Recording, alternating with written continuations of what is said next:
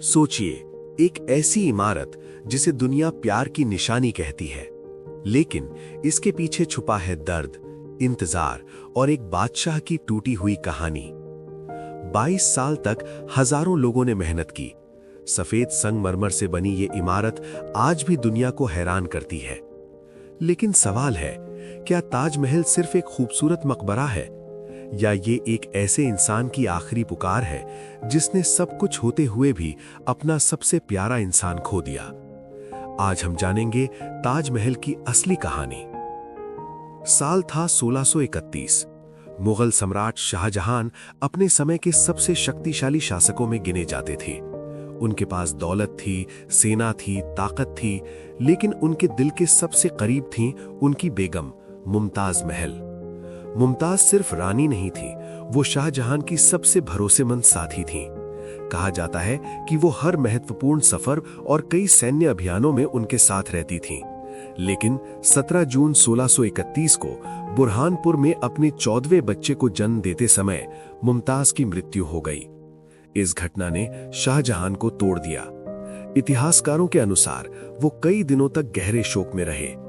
तभी उन्होंने फैसला किया, वो अपनी मोहब्बत की याद में ऐसी इमारत बनवाएंगे जिसे दुनिया कभी भूल न सके। 1632 में आगरा में यमुना नदी के किनारे निर्माण शुरू हुआ। ये स्थान खास इसलिए चुना गया क्योंकि नदी के किनारे से इमारत को सुंदर दृश्य और मजबूत आधार मिल सकता था। ताजमहल के निर्माण में लगभग 20,000 कारीगरों और मजदूरों ने काम किया। मुख्य वास्तुकार के रूप में अक्सर उस्ताद अहमद लाहौरी का नाम लिया जाता है। सफेद संगमरमर राजस्थान के मकराना से लाया गया। कीमती पत्थर एशिया के कई क्षेत्रों से मंगवाए गए। उन्हें ढोने के लिए हाथियों और बैलगाड़ियों का उपयोग किया गया। मुख्य मकबरा लगभग 1648 तक तैयार हो गया था, जबकि पूरे परिसर का काम बाद के वर्षों तक चलता रहा।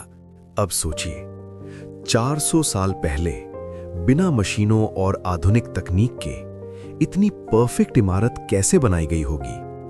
ताजमहल अपनी सिमेट्री यानी संतुलित डिजाइन के लिए मशहूर है।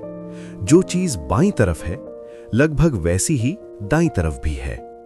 चारों मीनारें हल्की सी बाहर की ओर झुकी हुई बनाई गईं, ताकि भूकंप जैसी स्थिति में वे मुख्य मकबरे पर न गिरें। मुख्य गुंबद, बारीक नक्काशी, कुरान की सुंदर लिखावट और पत्थरों की जड़ाई, हर हिस्सा अपने समय की बेहतरीन कला दिखाता है। ताजमहल की एक खास बात और है, इसका रंग बदलता हुआ दिखाई देता है।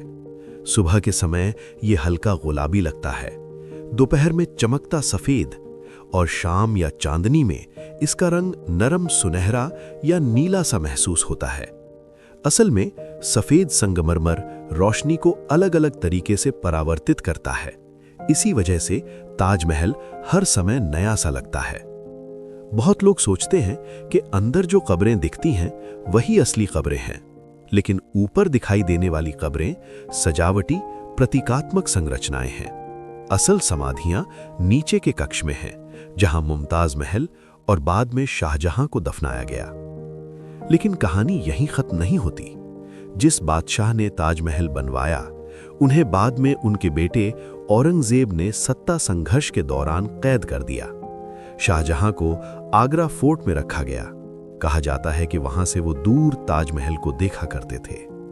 1666 में शाहजहां की मृत्यु हुई और उन्हें भी मुमताज के पास ताजमहल में दफनाया गया। आज ताजमहल सिर्फ भारत की पहचान नहीं, बल्कि पूरी दुनिया की धरोहर है। 1983 में यूनेस्को ने इसे वर्ल्ड हेरिटेज साइट घोषित किया। हर साल लाखों लोग दुनिया भर से इसे देखने आते हैं। ताजमहल सिर्फ पत्थरों से बनी इमारत नहीं है, ये एक इंसान के प्यार, दर्द और यादों की कहानी है। ये हमें याद दिलाता है कि साम्राज्य खत्म हो जाते हैं, ताकत मिट जाती है, लेकिन सच्ची भावना सदियों तक जिंदा रहती है। शायद इसीलिए लोग ताजमहल को सिर्फ देखते नहीं, महसूस करते हैं।